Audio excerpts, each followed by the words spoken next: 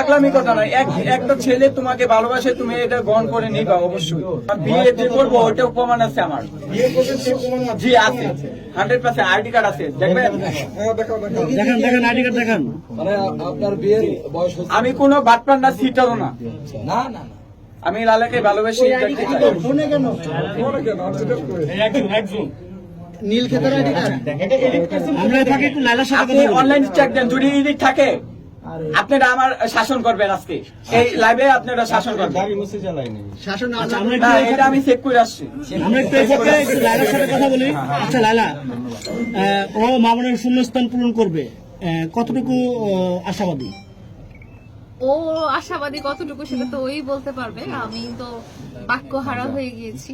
আমি আজকে মনে হয় না আর কথা বলতে পারবো। আমি চাই যে মামুনের তুমি জায়গা কেউ আমাকে দখল করতে পারবে? মানে আপনার কি মনে হয়? এটা তো কোনোদিনও সম্ভব না, এটা বলে কোনো না, এটা তো কোনোদিনও সম্ভব না। মামুনের জায়গা আসলে কারো দ্বারা। একটা ছেলে আপনার জন্য জীবন দিতে চাচ্ছে, আমি 20 তলা বিল্ডিং থেকে তোমার জন্য আমি ও তো আসলে ছোট ভাইয়ের মতো, ছোট ভাইয়ের জন্য ছোট। হ্যাঁ, আমি সব করতে পারি জীবন। আচ্ছা, ভালোবাসা মানেই মরে যাওয়া না। ভালোবাসা মানে হচ্ছে জীবনটা সুন্দর করে একসাথে এগিয়ে যাওয়া, একসাথে না পারলেও নিজের জীবনটা যাতে সুন্দর করে কি বলবো স্ট্যাবলিশ করা যেতে পারে, সেটাই। তো ও যেহেতু গান গেতে পারে এবং ওর নামের আগে একটা ডিজে আছে, মানে ও হচ্ছে মিউজিকের সাথে বা সঙ্গীতের সাথে রিলেটেড। তো আমি এই দোয়াই করব যে ও মিউজিক নিয়ে, গান নিয়ে ও অনেক দূর এগিয়ে যাক এবং আমাকে ভালোবাসে। এটা তো আমার জন্য খুব ভালো একটা ব্যাপার। আপনারাও কিন্তু সবাই আমাকে ভালোবাসেন। হ্যাঁ, না হলে কিন্তু এতজন মানুষ এত কষ্ট করে এখানে আসতেন না, আমাকে ভালোবাসেন দেখে এসেছেন। ওর ভালোবাসাটাও ওরকম। এক একজনের ভালোবাসার প্রকারভেদ এক এক রকম থাকে। ও হয়তো তীব্র ভালোবাসা থেকে আজকে আমার ছবি গায়ে লাগিয়ে বসে আছে, কি অদ্ভুত একটা ব্যাপার। আর ভালো ফিল হচ্ছে, আমার ছবি নিয়ে কেউ বসে আছে, এটা ভালো লাগতেছে। কিন্তু আপনাকে নিয়ে তো একটা গান গিয়েছে, গানটা তো আকর্ষণ রয়েছে এখন। একটু গেয়ে শোনাই। কথা শেষ হওয়ার আগে কেউ প্রশ্ন করেন না। গানটা আমরা শুনবো, আমরা না এখন না, হ্যাঁ ওটা পরে শুনবো। আগে ওর খালি গলায় ওর গানটা শুনবো।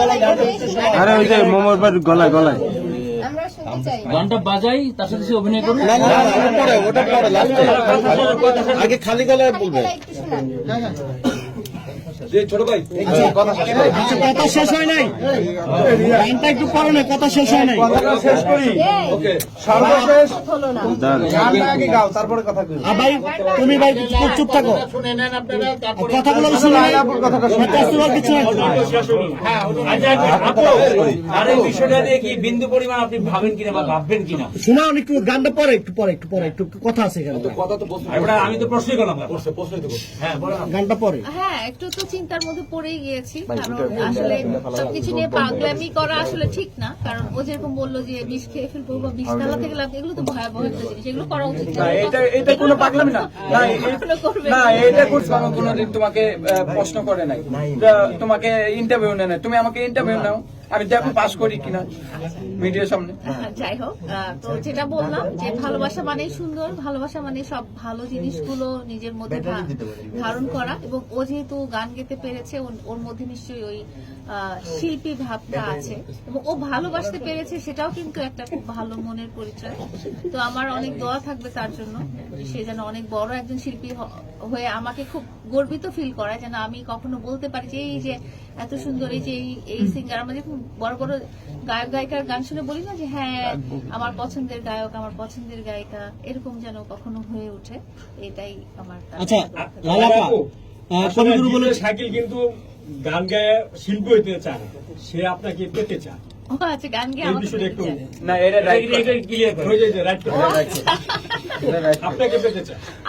আমাকে আপনি সেই ডাকে আপনি সেই ডাকে মানে জীবন সাথী হতে চাই, প্রমাণ করতে চায়। আচ্ছা আচ্ছা, যোগ্য হতে চাই। সে তার ওই যোগ্যতা হয়েছে দেখে কিন্তু আমি আজকে এখানে ওর পাশে বসে আছি।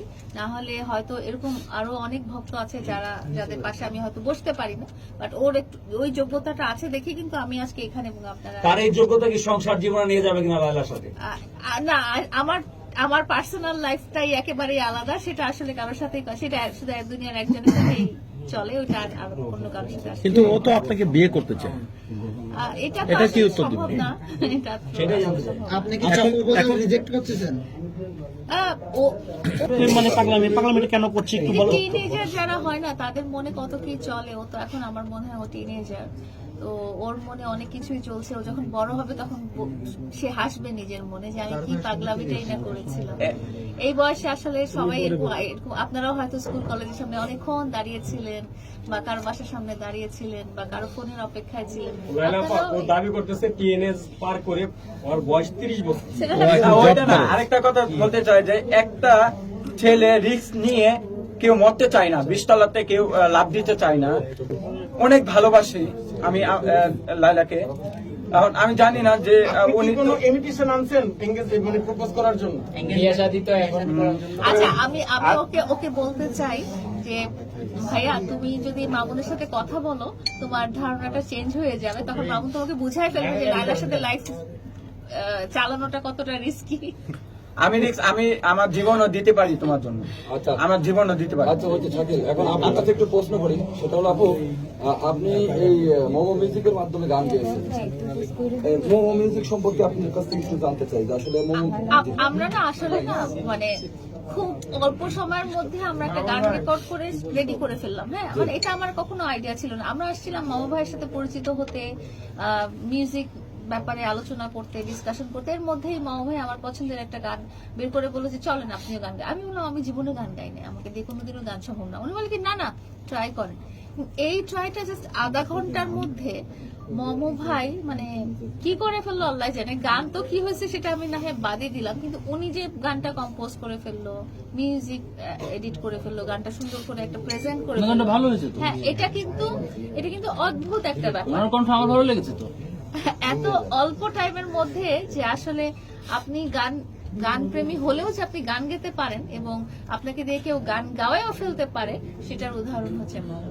আমি তো এটা বলি যে আমি শিল্পীদেরকে অজ্ঞান করে গান গাওয়া রেকর্ড করে ফেলি, মানে শিল্পীদেরকে বুঝতেই দিই না কখন গান কখন রেকর্ড গান আমার একই অবস্থা হয়েছে, মানে উনি অজ্ঞান করে ওনাকে যে আমি গান রেকর্ড করছি এটা কিন্তু বলিনি। আপনি একটু গান আমার সাথে গান আমার সাথে গান আমার সাথে গান বলতে 5 বার করতে করতে 4 বারের বা 3 বারের বেলা আমি রেকর্ড করে নিয়েছি।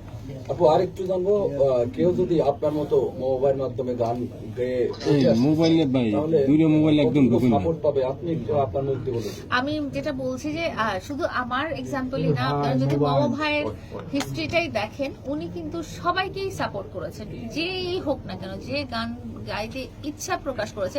মানে উনি গানটার প্রতি ওনার যে কতটা ভালোবাসা এবং যাদের গানের প্রতি এরকম ভালোবাসা আছে তাদেরকে যে উনি কত রকম সাপোর্ট করেছেন, এটা কিন্তু অনেক মানুষের ড্রিম। মানুষ টাকা পয়সা দিয়েও এরকম সাপোর্ট কিন্তু পায় না, যেটা মামা ভাইয়ের কাছে পাওয়া যাবে। মামা ভাইয়ের সম্পূর্ণ সেট আপ আছে, একটা গান এডিট করতে বা গান কম্পোজ করতে বা গান প্রিপেয়ার করতে যা যা লাগে উনি একাই 100।